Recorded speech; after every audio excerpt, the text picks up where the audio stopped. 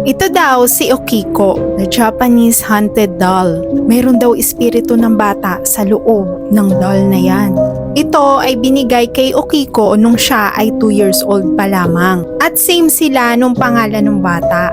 Pero nung 3 years old na si Okiko, nagkasakit siya ng yellow fever at siya ay namatay.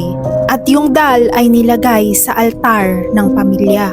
At doon na nga nag-start yung mga nakakatakot na pangyayari dahil yung buhok ni Okiko doll ay nag-i-start na ring humaba. Sabi ng mga espiritista, yung kaluluwa daw ng bata ay nasa loob ng doll. Tines pa nga yung hair ng manika at lumabas sa result na ito daw ay human child hair. Makikita daw yung manika doon sa Manenji Temple. At sabi ng mga turistang tumitingin dito na kapag tinitigan daw nila yung bibig ng manika ay meron din daw itong gums at teeth.